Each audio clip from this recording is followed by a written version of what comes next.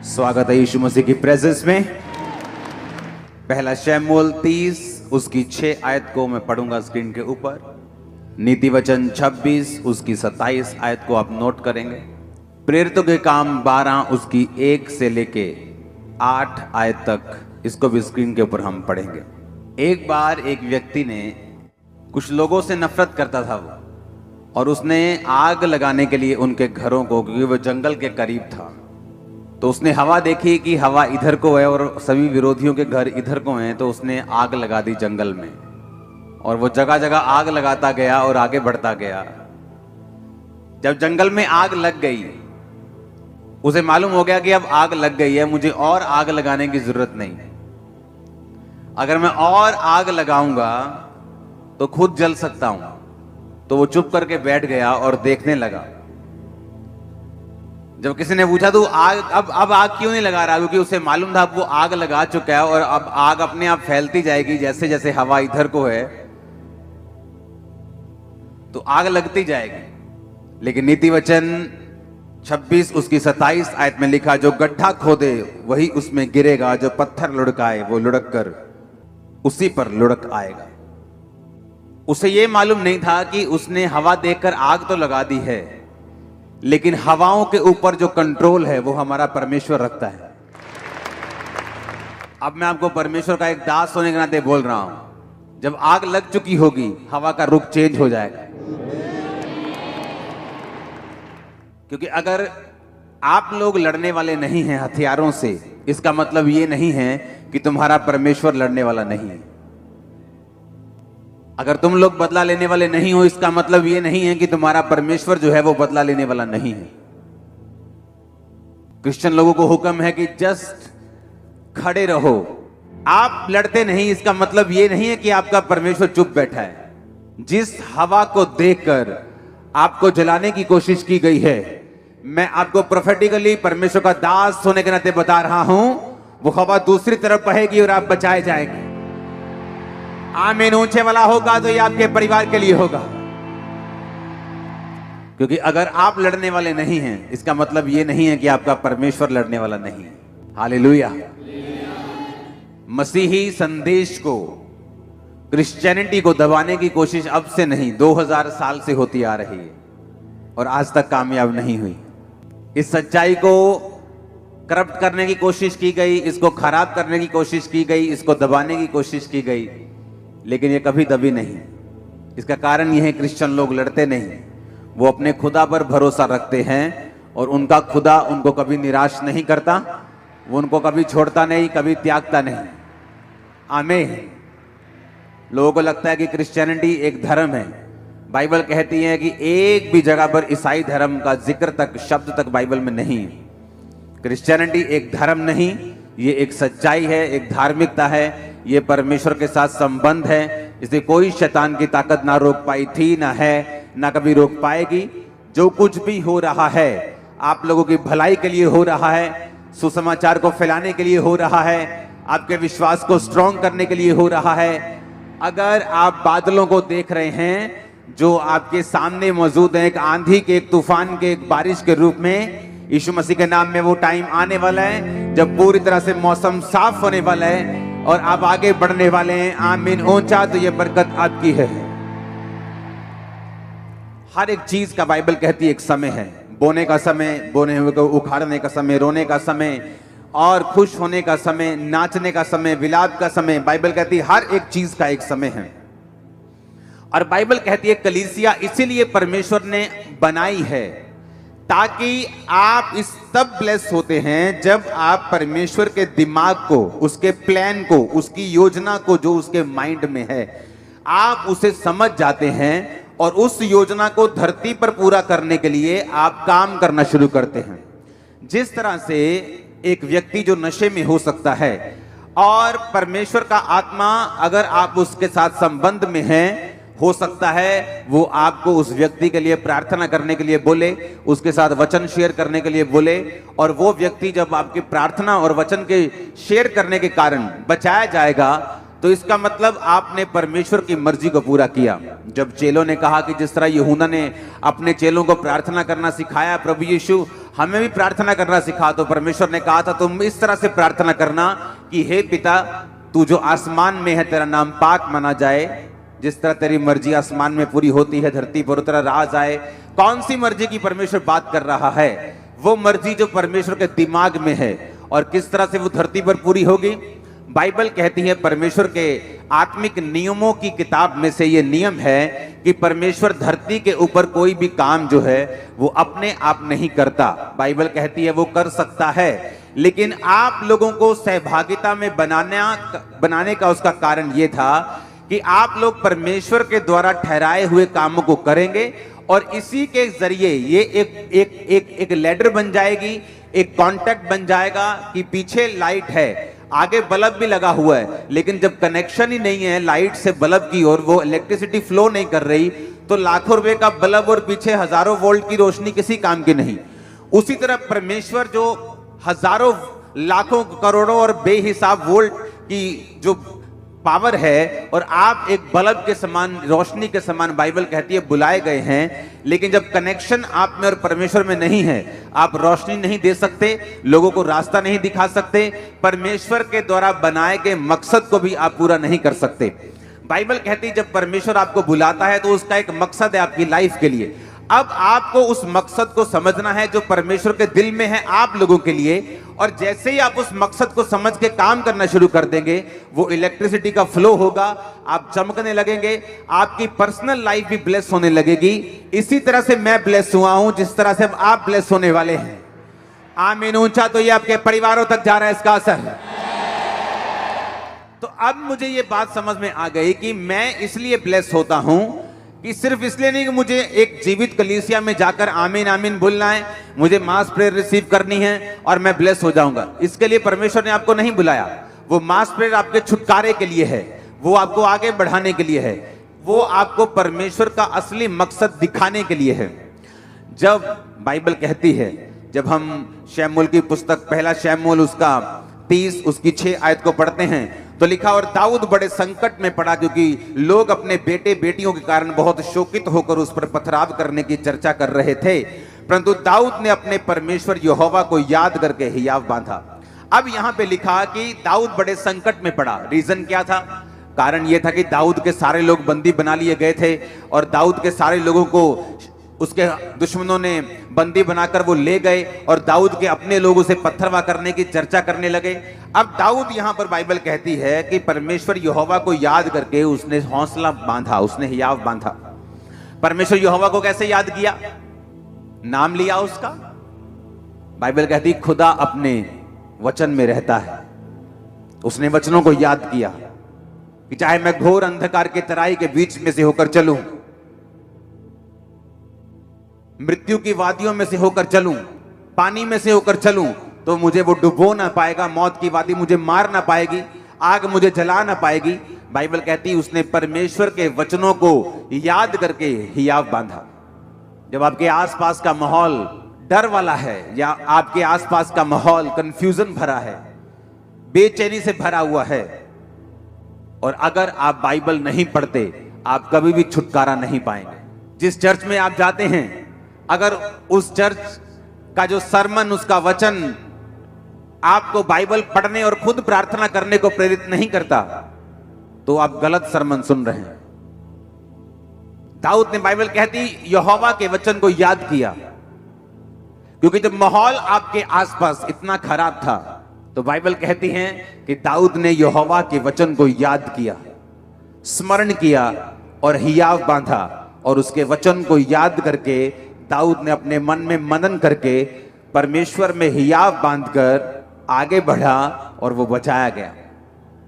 जब विरोध होता है, आपकी लाइफ में कुछ परीक्षाएं आती हैं, या बीमारी की एंट्री होती है, या कुछ परीक्षा की एंट्री होती जो परमेश्वर की ओर से है, सबसे अधिक जो आपको उस समय चाहिए वो परमेश्वर का वचन है।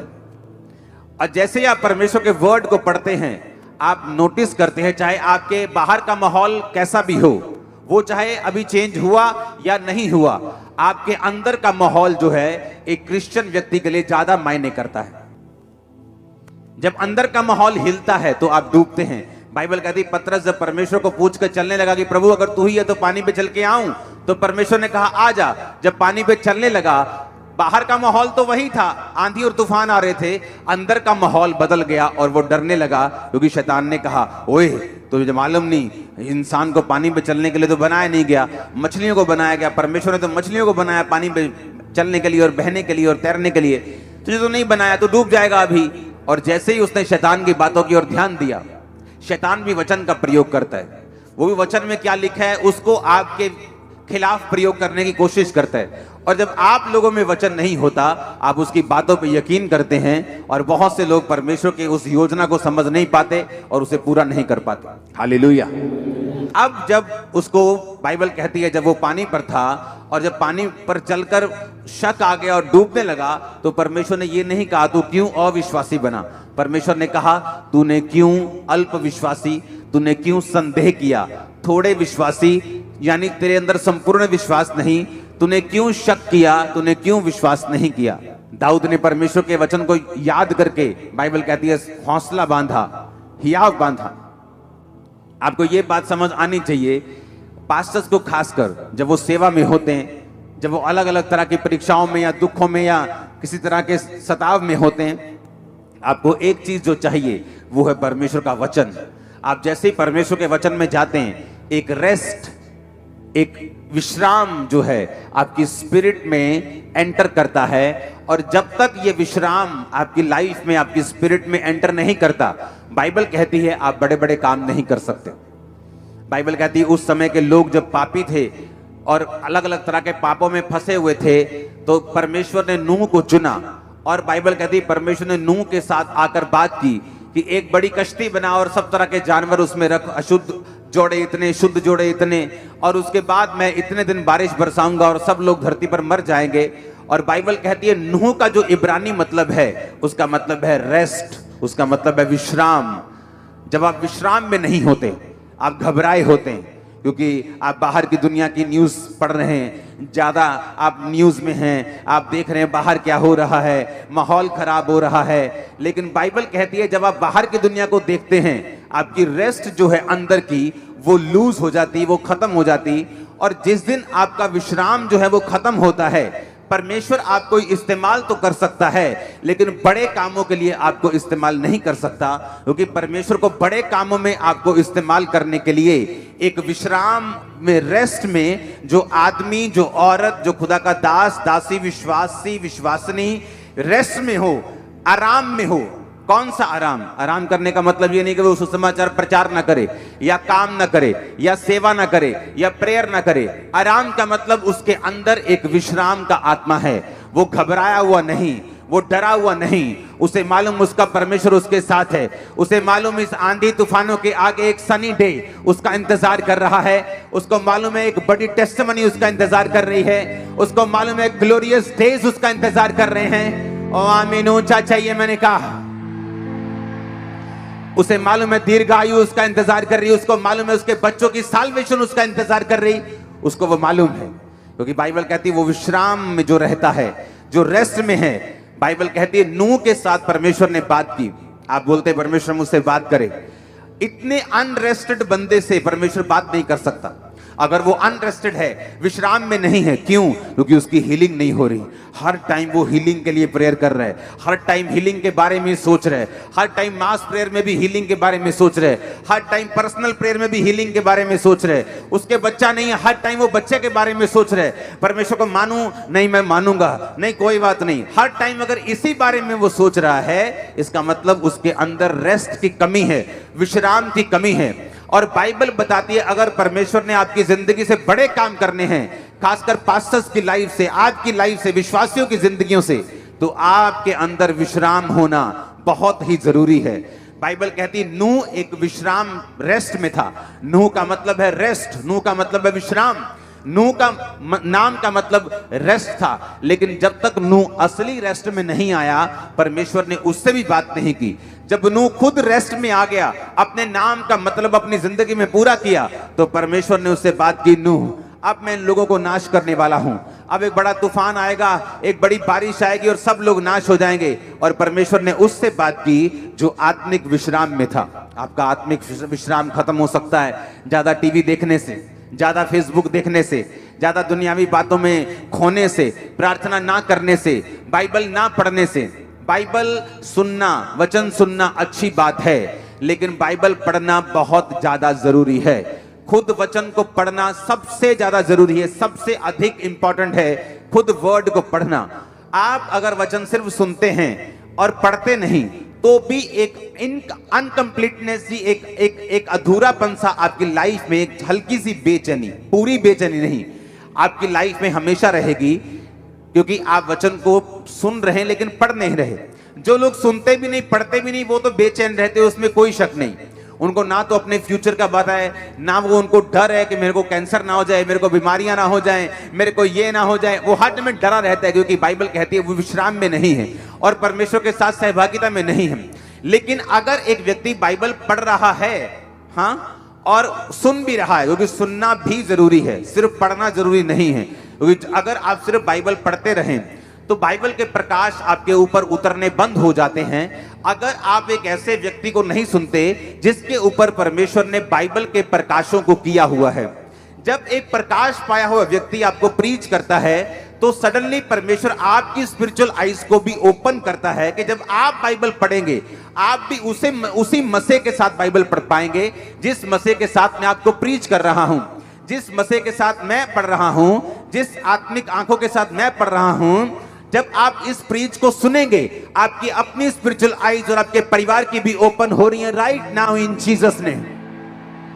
जब आपकी स्पिरिचुअल आईज ओपन होती हैं, आप बाइबल सुन के चले जाते हैं और वो प्रचारक जो आपको खुद बाइबल पढ़ने और आपको खुद प्रार्थना करने के लिए नहीं बोलता, वो प्रचारक सही नहीं है। अगर मैं आपको बोल रहा हूं आप वचन सुन जाओ और घर जाके वचन पढ़ो, होगा क्या? जब आप वचन पढ़ेंगे आप विश्राम में चले जाएंगे। आपको मालूम, आपके आसपास का माहौल जो है, जो गलत माहौल है, आपको वो इफेक्ट नहीं करेगा, क्योंकि आपकी जो स्पिरिट है वो विश्राम में और रेस्ट में चले जाएगी। जब आप रेस्ट में चले जाएंगे, विश्राम में चले जाएंगे, तो परमेश्वर आपसे बात करेगा। आपके उस बच्चे के लिए जो नशा करता है, आपके बिजनेस के लिए जो आप आगे लेके जाना चाहते हैं, आपके कैरियर में आपके किधर जाना चाहते हैं, आपकी सेवकाई के लिए कि परमेश्वर आपको गाइड करेगा वो कैसे बढ़ेगी, हर एक चीज के लिए परमेश्वर का आत्मा आपकी अगुवाई करना शुरू कर देगा जब आप रेस्ट में चले जाएंगे। अगर आप रेस्ट में नहीं हैं तो आप परमेश्वर की बात नहीं सुन पाएंगे, आप स्वर्ग नहीं मिस करेंगे। क्योंकि अगर आपने यीशु मसीह को ग्रहण कर लिया, बपतिस्मा ले लिया, तो आप स्वर्ग मिस नहीं करते। लेकिन धरती पर भी एक मकसद है परमेश्वर का आपको भेजने का, और जब आप उस मकसद को पूरा करते हैं आप खुद भी रोशनी पाते हैं और आपके लोग, आपका परिवार भी रोशनी पाता है। इसलिए परमेश्वर ने कहा तू बच, तेरा घराना बचाया जाएगा। क्योंकि जब तू कनेक्शन कर लेगा और तू जग जाएगा, तू ऑन हो जाएगा, तेरे लोग भी रोशनी पाएंगे, तेरा परिवार भी रोशनी पाएगा, तेरे बच्चे भी रोशनी पाएंगे, तेरा भाई भी रोशनी पाएगा, क्योंकि तू मेरे साथ कनेक्टेड हो चुका है। आमीन। अब अगर आपका कलीसिया में जन्म हुआ है और आप परमेश्वर, बाइबल कहती है जिस तरह से आप परमेश्वर के भवन में लगाए जाएंगे, रोपे जाएंगे और बढ़ाए जाएंगे। हर एक विश्वासी अकेला नहीं लगाया जा सकता। अगर आप सोच रहे हैं कि आप विश्वासी हैं, आप क्रिश्चियन, आप घर बैठ के प्रार्थना कर लेंगे, बाइबल पढ़ लेंगे, आप बिल्कुल रॉन्ग है 100%। बाइबल कहती, पौलुस ने कहा तुम कलीसियाओं की रीति के अनुसार इकट्ठे होना ना छोड़ो। पहले शनिवार को इकट्ठे होते सब्त के दिन, अब संडे को इकट्ठे होते हैं ग्रेस के दिन। परमेश्वर ने उस ग्रेस को, उस सब्त को, उस जो व्यवस्था थी उसको ग्रेस में बदल के हमें संडे के दिन इकट्ठा होने के लिए बोला। और बाइबल कहती है वो रोज इकट्ठा होते थे, हम तो हफ्ते में 2 दिन इकट्ठा होते हैं और रात को हम रोज प्रेयर माउंटेन पे इकट्ठा होते हैं। लेकिन बाइबल कहती है कि किस काम के लिए परमेश्वर ने आपको भवन में लगाया है। अब हम पढ़ेंगे, जब हम प्रेरितों के काम उसकी 12 उसकी 1 से 8 आयत पढ़ते हैं तो वहां पे लिखा, उस समय हेरोदेस राजा ने कलीसिया के कई व्यक्तियों को सताने के लिए उन पर हाथ डाले। उन्होंने यूहन्ना के भाई याकूब को तलवार से मरवा दिया। जब उन्होंने देखा कि यहूदी लोग इससे आनंदित होते हैं तो उन्होंने पतरस को भी पकड़ लिया, और वे दिन अख़मीरी रोटी के दिन थे। उसने उसे पकड़कर बंदी गृह में डाला और 4-4 सिपाहियों के 4 पहरों में रखा, और इस विचार से कि फसह के बाद उसे लोगों के सामने लाएं। बंदी गृह में पतरस बंद था, परंतु कलीसिया उसके लिए लॉ लगाकर परमेश्वर से प्रार्थना कर रही थी। अब बाइबल कहती है जब परमेश्वर के एक दास को मार दिया गया तो कलीसिया को गलती समझ आई कि हमें दासों के लिए भी प्रार्थना करनी है। सिर्फ परमेश्वर के दासों को हमारे लिए प्रार्थना नहीं करनी, हमें भी उनके लिए प्रेयर करनी है। और बाइबल कहती है वो लॉ लगाकर प्रार्थना करने लगे। जब वो लॉ लगाकर प्रार्थना करने लगे तो परमेश्वर ने अपने स्वर्गदूत को भेजा, और स्वर्गदूत आया तो 7 आयत में लिखा उस कोठरी में ज्योति चमकी, उसने पतरस की पसली पर हाथ मारकर उसे जगाया और कहा उठ जल्दी कर, और उसके हाथों से जंजीरें खुलकर गिर पड़ी। स्वर्गदूत ने उससे कहा कमर बांध, जूते पहन, और उसने वैसा ही किया। फिर उससे कहा अपना वस्त्र पहनकर मेरे पीछे हो ले। और पतरस को अभी भी लग रहा था कि वो दर्शन देख रहा है, लेकिन वो असली में हो रहा था क्योंकि कलीसिया लॉ लगाकर परमेश्वर से प्रार्थना कर रही थी। अगर वो कलीसिया ऐसी होती, देखती अच्छा पतरस नहीं आया, अच्छा आज हीलिंग मीटिंग नहीं हो रही, अच्छा मैं जा रही हूं अपनी जॉब पर, मैं अपने बिजनेस, मेरी बुआ की लड़की की शादी है, अच्छा आज हीलिंग मीटिंग नहीं हो रही, अच्छा मैं आज नहीं आ रहा हूं, अच्छा आज डिलीवरेंस मीटिंग नहीं है, अच्छा आज नहीं चलता हूं। वो अभी क्रिश्चियन नहीं है, वो जस्ट बाबाओं की तरह एंट्री कर रहे हैं चर्च में। जब बाबा जी हैं, बाबा जी से हीलिंग लेने आ गए, बाबा जी नहीं है तो खत्म। लेकिन बाइबल कहती है वो कलीसिया, जब परमेश्वर का दास उनके बीच में नहीं था तो लॉ लगाकर परमेश्वर से प्रार्थना कर रहे थे। ये कलीसिया का काम था। इसीलिए जो प्रेरितों के काम की कलीसिया है वो ज्यादा ब्लेस्ड और आशीषित थी। बहुत से लोग उस कलीसिया में से चुने जाते थे और वो भी लंगड़ों को चलाया करते थे। बहुत से लोग जो थे वो फाइनेंशियली बहुत ब्लेस्ड थे और कलीसिया में अपने मकानों दुकानों को बेचकर अपने पैसों को प्रेरितों के कामों में रखते थे। और कलीसियाएं बहुत जल्दी बढ़ रही थी क्योंकि हर व्यक्ति अपने काम को, अपनी ड्यूटी को पूरी अच्छी रीति के साथ कर रहा था। और बाइबल कहती है वो कलीसिया दरिद्र नहीं थी, उसके पास पैसे की कमी नहीं थी। इमेजिन करो अगर मेरे पास एक मकान है और जब मैं कलीसिया में आया मैंने अपना मकान बेच दिया तो मैं तो फिर गरीब हो गया। तो ऐसे सब मकान बेचते जाएंगे तो सब गरीब होते जाएंगे। लेकिन बाइबल कहती है वो कलीसिया गरीब और दरिद्र नहीं थी। क्यों? क्योंकि जब उन्होंने एक मकान बोया, परमेश्वर ने 2 के रास्तों को, 4 के रास्तों को खोला होगा। और इस तरह से उनको समझ आता गया कि हम जितना बो रहे उतना काट रहे हैं। वो ज्यादा बोते गए, प्रेयर करते गए, मिशनरी कामों के लिए प्रेयर करते गए, अपने दासों के लिए, परमेश्वर के अगुओं के लिए वो प्रेयर करते गए। उनकी प्रार्थना को परमेश्वर सुनता था। उनकी वजह से, दासों की वजह से वो बचाए गए, वो चंगे हुए, उन्होंने मिरेकल्स पाए, ब्लेसिंग ली, साल्वेशन पाई। जब दासों को जरूरत पड़ी उन्होंने प्रार्थना की, परमेश्वर अपने दूतों को भेज, अपनी सुरक्षा को भेज, दासों को छुड़ा। इस तरह से जब हम एक दूसरे के पूरक बनेंगे, जब हम एक दूसरे, जहां मैं कमजोर हूं आप मजबूत, जहां आप मजबूत हैं मैं कमजोर, जहां मैं मजबूत हूं आप कमजोर हैं, हम एक दूसरे के पूरक हैं, एक दूसरे को कंप्लीट करने वाले हैं। जब मैं अपनी जिम्मेवारियां सही से निभा रहा हूं तो मैं ब्लेस्ड हूं। अगर कलीसिया अपनी जिम्मेवारी सही से निभाएगी तो वो ब्लेस होगी। Hallelujah, hallelujah. मैंने देखा है बहुत सी कलीसियाएं जो अपने पास्टर्स के दर्शनों में उनका साथ नहीं देती क्योंकि पास्टर ने बोला होता है मुझे ये कलीसिया से कुछ भी जरूरत नहीं। ऐसे बहुत सारे पास्टर्स को मैं जानता हूं, लेकिन उस कलीसिया की जिम्मेवारी ये होती है कि उस सारे मिशनरी कामों में प्रार्थना के साथ, उपवास के साथ, पैसों के साथ, ताकत के साथ, वरदानों के साथ, जो भी कलीसिया के पास है वो उस मिशनरी काम के लिए, खुदावंद की सेवकाई के लिए, किसी धर्म के प्रीच के लिए नहीं, जीसस क्राइस्ट के प्रीच के लिए, किसी धर्म को ऊंचा, किसी धर्म को नीचा करने के लिए नहीं, यीशु मसीह के नाम को फैलाने के लिए अगर आपका कुछ भी प्रयोग नहीं हो रहा तो बाइबल कहती है आप एक सच्ची कलीसिया नहीं हैं, आप एक राइट पाथ पे नहीं हैं, आप एक सही रास्ते पे, सही दर्शन पे नहीं हैं और आप परमेश्वर की मर्जी को पूरा नहीं कर रहे। और इसी कारण आपकी लाइफ में कंफ्यूजन है और रेस्ट की कमी है, विश्राम की कमी है। ब्लेसिंग के लिए जोर लगाना पड़ता है, लाइफ अगले लेवल तक नहीं पहुंचती। बहुत से लोग सोचते हैं कि अगले लेवल पे जाने के लिए हमें परमेश्वर की ओर देखना होगा। हाँ, वो तो देखना ही होगा, लेकिन हर टाइम ऐसा नहीं है बाइबल के मुताबिक। बहुत से लोग प्रार्थना करते हैं परमेश्वर मैं सेम सैलरी पे हूं, मैं सेम अनॉइंटिंग पे हूं, मैं सेम मसे में हूं, मैं सेम वरदान में हूं, मैं सेम इसी बरकत पे हूं। क्योंकि अगले लेवल के लिए अगर किसान बोले कि मैं उसी 1 एकड़ को काट रहा हूं क्योंकि वो फसल ही, वो बीज ही 1 बोरी को बो रहा है और हर साल 1 बोरी बोता है, हर साल 1 एकड़ काटता है, तो वो सोच रहा है कि मेरी फसल क्यों नहीं बढ़ रही। अगर उसे फसल बढ़ानी है, उसे सेक्रीफाइस करना पड़ेगा। जब फसल उगेगी, उसे अपनी फसल में से बीज ज्यादा निकालना पड़ेगा और अगली बार उसकी फसल बड़ी होगी। कलीसिया को यह मालूम होना चाहिए, आपका फाइनेंस का लेवल, आपकी स्पिरिट का लेवल, आपकी अनॉइंटिंग का लेवल, गिफ्ट्स का लेवल, जो कदम आप बढ़ाते हैं उनसे बढ़ता है। अगर आप कदम नहीं बढ़ाएंगे वो नहीं बढ़ेगा, आप कदम आगे नहीं करेंगे वो नहीं बढ़ेगा। अगर आप फैसला लेने में देरी करेंगे, आपकी बरकत भी देर से आएगी। आगे बढ़ने की ताकत खुदा ने आपको आपके हाथों में दी है। अगर आप आगे बढ़ना चाहते हैं वो आपके हाथों में है। अनॉइंटिंग में बढ़ना चाहते हैं वो आपके हाथों में है। हालेलुया। वो परमेश्वर के हाथों में नहीं, वो आपके ज्यादातर आपके हाथों में है। क्योंकि परमेश्वर ने जब आपको बुलाया, आपको बचाया, आपको सेव किया, आपको लहू से धोया, पापों को माफ किया, चंगा किया, अब उसने बाइबल को, आपके वचन को आपके हाथों में दिया है। आप जब इस स्ट्रक्चर को पूरा करेंगे, इसके अनुसार अपनी लाइफ को बिताएंगे, आप अपनी लाइफ में ब्लेस होते जाएंगे। हालेलुया। अपने पड़ोसी को बोलो, वचन को याद कर। अपने पड़ोसी को बोलो, वचन को याद करके ही याद बांध। घर जाकर वचन को पढ़ना आपको रेस्ट में लेके आएगा, आराम में। जब आराम आएगा, खुदावंद बात करेगा।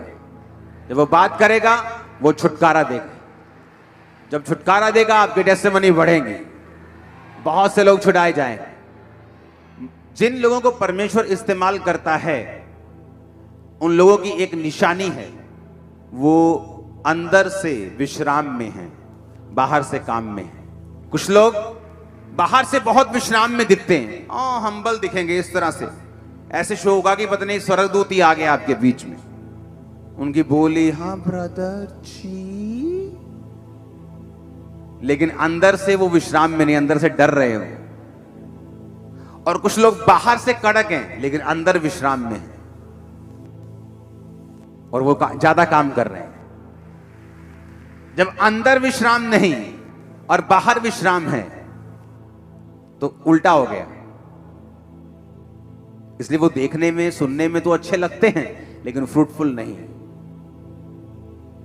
रिजल्ट नहीं।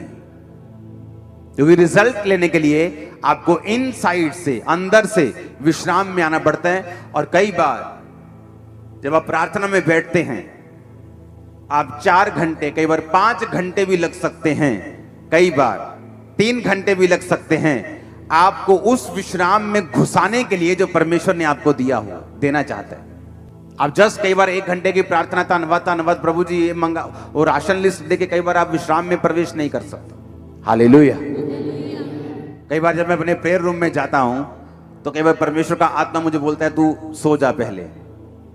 मैं जस्ट जाते ही सोता हूं पहले, कई बार, हर बार नहीं। और 2 घंटे बाद जब मैं उठता हूं, मुझे कुछ भी करने की जरूरत नहीं। ऐसे होते जैसे स्वर्गदूत ने सामने कॉपी रखी है और वो प्रेयर पॉइंट्स देते हैं। जस्ट उस प्रेयर पॉइंट से जब प्रेयर होती, रिजल्ट आने शुरू होते। मैं आपको सीक्रेट दे रहा हूं, वो एक ऐसी प्रार्थना में पोजीशन है, जो निशानेबाजी करते हैं लोग वो समझेंगे कि आप हड़बड़ी में निशानेबाजी नहीं कर सकते। आप भाग भाग के निशानेबाजी, एक चीज, बड़ी चीज पे निशाना लगा सकते। अगर आपको पिन पॉइंट जिसे बोलते हैं बुल्स आई, जैसे कि वो आंख पे निशाना लगाना है, तो आपको अपने आप को बिल्कुल स्थिर करना पड़ेगा। अपनी कंप कभी जो हाथ की है उसे भी कंट्रोल में करना पड़ेगा। आप जब प्रेयर रूम में जाते हैं, जस्ट वेट करो, आप थैंक करो, आप प्रेज करो, आप कोई गीत सुनो परमेश्वर का, बाइबल पढ़ो। लेकिन एक ऐसा टाइम भी आता है जब परमेश्वर आपको जिला देता है, आपको एक्टिव कर देता है। उस टाइम फिर जो प्रेयर होती है वो बेस्ट प्रेयर होती है और वो रिजल्ट लेके आने वाली होती है। और कई बार मेरे लोग मुझे देखते हैं, मैं प्रार्थना रूम में गया हूं, मैं आया ही नहीं हूं रात भर, मैं 6-8 घंटे बाद आया हूं, 10 घंटे बाद आया हूं। क्योंकि वो टाइमिंग बड़ी इंपॉर्टेंट होती है, जिस टाइम में परमेश्वर का आत्मा आपको स्थिर करता, हिलाता है। जिस तरह स्वर्गदूत आकर पानी को हिलाते थे, और जब पानी हिलने के बाद जो लोग जाते थे वो हील हो जाते थे। इन प्रैक्टिकल बातों पे अमल करो, जो आपको बताया गया इसको फॉलो करो। लाइफ सेम नहीं होगी, लाइफ सेम नहीं होगी, मैंने कहा। आमीन। जो भी आपको बताया गया उसे कवर करो। और यही इन्हीं चीजों में आपकी ब्लेसिंग है, इन्हीं चीजों में आपकी आशीष है कि जो परमेश्वर की राइट नाउ नीड है, उसके लोगों को जो जरूरत है उसके अनुसार प्रेयर में जाना, ये आपको चाहिए। आमीन। और जब उसके अनुसार हम प्रार्थना करेंगे, हम बचाए जाएंगे, हम ब्लेस्ड भी होंगे। उसके अनुसार प्रार्थना करेंगे, परमेश्वर हमारी दिक्कतों को भी दूर करेगा, वो बीमारियों को भी दूर करेगा। क्योंकि एक्चुअल में परमेश्वर ने जो कुछ भी आपको देना है वो अपनी मर्जी से देना है, और अपनी ग्लोरी के लिए देना है, और अपनी महिमा के लिए देना है, उसके नाम को ऊंचा करने के लिए देना है। God bless you all. वो आपको सेम ना रहने दे। आमीन। ऊंचा ये बरकत आपकी है।